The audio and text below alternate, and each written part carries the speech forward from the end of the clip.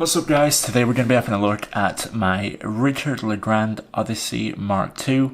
This is a watch I got about a week ago, and since then it has not left my wrist at all. It's been my go-to daily watch, and I wouldn't call it a beater watch because I think it's just too good looking to be a beater watch. But I mean, personally, there are a few other watches that I've just recently added to my collection, like the G-Girl Enigma 2. I actually made a review comparison between the Odyssey Mark II and the Enigma 2 on this channel, and I think that the Enigma 2 is an excellent watch. And I also added a Hamilton Frogman to my collection within the past couple of weeks, and I've completely neglected them just because I've been having so much fun wearing this one. And I think to say that about a watch that is under $300 at the moment, if I'm not mistaken, it's $269, $270. It's just really impressive. I mean, I think the look of this watch, the quality of the materials used, I think it's just pretty much the perfect daily wear. I think it's an absolute bargain at the price it is, and I think that this leather strap adds something that was desperately needed when I first got it, as it was on a bracelet. I don't see this watch as a diver watch. I know that technically it can be used as a diver watch, but I don't see it as a diver watch at all. I see it as more of a formal kind of a dress watch. I think that the fact that it's got such a small case size, it's 40mm if I'm not mistaken, very small lugs with a 20mm lug width, no crown guards, so keeping it really classic, and also the fact that it has that sapphire insert on the bezel and that radial sunburst effect on the ceramic dial that gives that black dial just an extra dimension of just beauty. I mean, there's no other way to say it. It's just a beautiful watch. I mean, I've got a lot of compliments on this watch since I started wearing it. The way it plays with the light, the way everything kind of works. I mean, first I thought that maybe those numerals were too small. I also thought that maybe the indices could have had some chromed out edges. But no, I mean, at the moment, I've had this for a few days now. I've been able to kind of get used to it, and I think that the design is perfect, just spot on. I wouldn't change a single thing about this watch. I think it just looks amazing. Now, as I said, I did put it on a leather strap, and the reason is because the bracelet is really bad. I mean, the bracelet is just, it is cheap. It's a cheap bracelet. It doesn't necessarily look cheap. So, I mean, you could get away with just keeping it on the bracelet and wearing it on the bracelet, even though I personally don't like the look of it on a bracelet at all. No matter if it's a good bracelet or not, I don't like how it looks on a bracelet. I think it doesn't do it justice. It doesn't do the design of the dial and that sapphire insert in the bezel. It doesn't really work well, in my opinion. I think it looks much better on the leather strap. But yeah, I mean, it looks fine. It's got a decent clasp, as you can see. Not one of those cheap stamped out metal clasps. A decent clasp. It's got some good fluidity to it. Doesn't bunch up too much. I don't have any problems with it pinching my skin or anything. My only complaints are the fact that first it kind of squeaks a bit. So I don't know if you can hear that. It was especially on the end links. It kind of had a bit of a squeaking in it. And also the fact that the edges they just feel like they haven't been properly finished. It feels a bit cheap on the edges.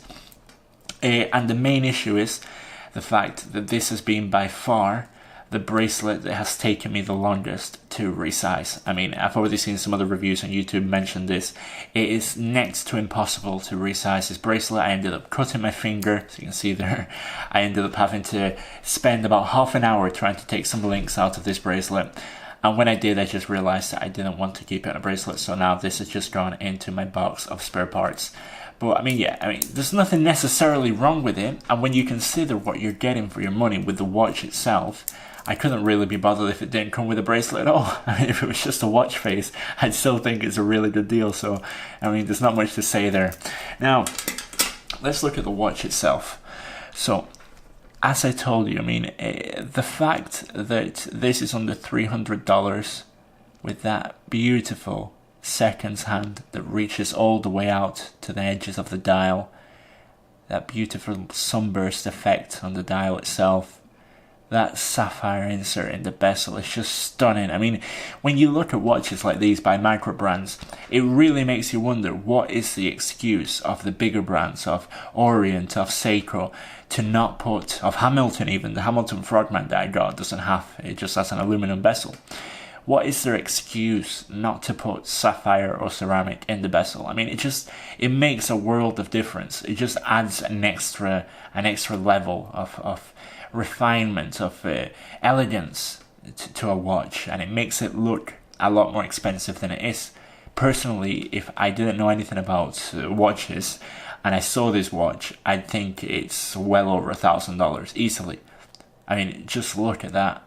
That does not look like a $269 watch at all. And even someone who's a watch enthusiast, a watch collector like myself, I'd see this and I'd assume, especially based on the fact that it doesn't have just a seagull movement, some Chinese movement. It's got a Seiko NH37, which is obviously the bigger brother, the younger brother to the NH35, which is a movement that has had an amazing track record and is used by the vast majority of micro brands in the world at the moment. I mean, the fact that this watch is the price it is really goes to show what these micro brands are capable of at the moment, and they really do give a run to their money to many of these other bigger watch manufacturers. You also have a very, very, very nice shape of a case, very classic looking. You have polished edges at the top, slight curve down to the lugs. Very nice crown with the RL logo on it, and a highly polished top. And also, one of my favorite parts is that case back. That is an absolutely gorgeous case back, just beautiful case back. I mean, once again, the fact that this is on a watch this price is really, really impressive. And just look at the finishing on that, how deep that stamping is, and with the polished top and the sandblasted background, just beautiful. I mean, maybe one of the only things I could point out about this watch is I don't know why, I'm not sure why, but it doesn't feel, and I have seen other reviewers mention this, it doesn't feel as good as it looks. So when you're looking at it, it just looks beautiful, stunning from every angle. Just an absolutely gorgeous watch. But then when you hold it in your hand, I don't know if it's the weight, I don't know if it's too light, I don't know if it maybe feels a bit hollow on the sides. I'm not sure what it is. I couldn't really point it out. Been trying to come to terms with what it is that makes it feel cheaper than it looks. But I just can't really point anything specific out. It may have to do with the fact that it just looks a lot more expensive than what it is. So I mean, you have to kind of come to terms with the actual price of the watch. I think that may be what it is. Because if this watch didn't look as nice as it does, I wouldn't notice anything wrong with the way it feels. But yeah, I mean, as I said, this has been one of my favorite watches that I've added to my collection this year. And for the price, this is an absolute steal, in my opinion. You've got a sapphire crystal with an anti-reflective coating. You've got a stunningly beautiful watch, solid movement, and I would say the perfect everyday watch. A watch that could be dressed up, dressed down. You could stick this on an NATO and have a casual watch, a sports watch. You could keep it on the bracelet and have a diver's watch. Put it on a leather strap, have a formal watch. I mean, it's just so utilitarian. So many ways you could use this watch. And yeah, I mean, I can't really say anything bad about it, especially considering the price. So if you're looking at picking one of these up, definitely, I'd recommend you go ahead and get one. You will not regret it. At least I know that I haven't. Now let's just show you also the lume on this is excellent. I can't show you the lume at the moment, but the lume is excellent. And there's even lume on the bezel, which makes it look, once again, a lot more expensive than it is. But just look at that.